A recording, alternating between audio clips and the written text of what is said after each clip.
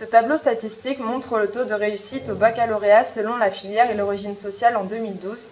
Il est tiré des études statistiques du ministère de l'Éducation nationale. En ce qui concerne le baccalauréat général, le taux de réussite dans l'ensemble est de 89,6%, ce qui est plus important que pour les filières technologiques, 83,2%, et professionnelles, 78,4%.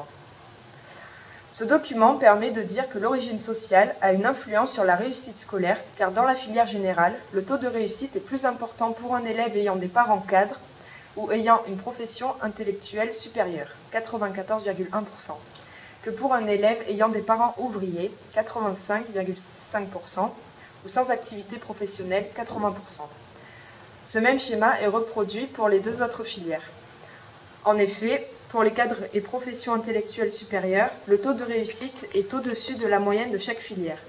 C'est aussi le cas pour les enfants d'agriculteurs exploitants.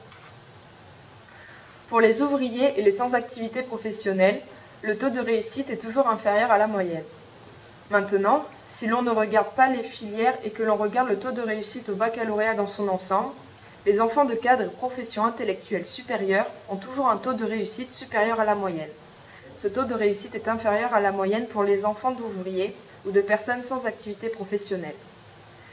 Sur 135 946 enfants de cadres qui ont eu le bac, 103 143, soit 75%, ont eu le bac général. 18 708, soit 14%, ont un bac technologique. Et 14 095, soit 11%, ont un bac professionnel. C'est le contraire pour les enfants d'ouvriers.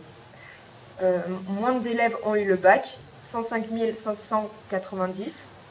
Sur ce nombre d'élèves, 30% ont eu un bac général, 23% ont eu un bac technologique et 57% un bac pro. On peut donc dire que le choix de la filière et l'origine sociale déterminent la réussite scolaire.